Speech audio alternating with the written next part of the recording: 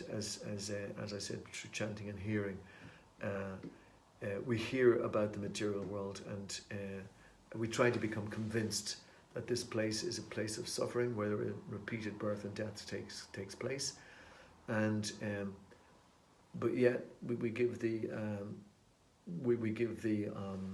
promise to people to chant Hare Krishna and be happy. So how is that going on? Well, it's going on because bliss in the material world, but the bliss is actually not in the material world. It is in the spiritual world, and it is the transmutation of the material world into spiritual energy. That is what we were looking for. And unless we're focused on that is where the spiritual, that is where the energy is, the spiritual energy and the spiritual happiness is, then we're not going to be able to stay in Krishna consciousness, unless we're getting that taste, that ruchi that's there, unless we're getting some glimpses of that Ashakti, attachment to Krishna.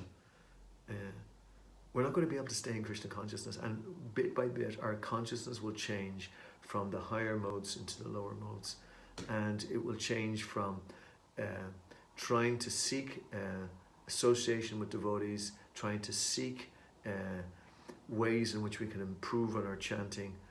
We're trying to seek hearing more, getting more absorbed in the Shastra, discussing the Shastra more with different devotees, with our friends, and trying to seek absorption to the degree of 24 hours absorption in Krishna consciousness. Unless we're doing that, then and finding our pleasure there, then we're going to try to find the pleasure elsewhere. And we have this ridiculous material energy, in a sense, constantly trying to attract us to say that there's pleasure elsewhere. And to be honest, folks, we've been caught by that propaganda, or by that conspiracy theory of of Maya since time immemorial, practically. We have been caught in that since time immemorial. But we've been coming back all the time. We keep on getting, being told that, oh yes, no, there's happiness here, there's happiness here, there's happiness here. But there's an amazing verse in Bhagavad Gita, wherein Krishna tells us, I hope I can find it now, in the 15th chapter, verses 3 and 4. The real form of this tree in this world. No one can understand where it ends, where it begins, or where its foundation is. But with determination, one must cut down this strongly rooted tree detachment.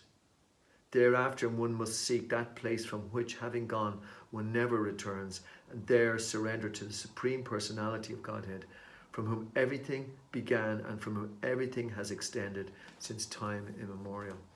So the currency that's needed in this situation is our eager desire to actually achieve this. So if we're getting taste here, or if we're not getting taste here, somehow or other we have to get taste. The Prabhu uses that, I think Prabhu uses that as a translation of Rupa Goswami's text, somehow or other, he says.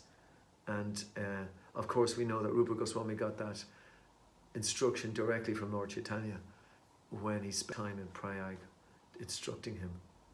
And so you know, always ask with this question, I often hear it asked of senior, how can we get that desire? You know, how can we get that desire to overcome the lower taste, you know? One answer to that is that there's no alternative, you know. There is no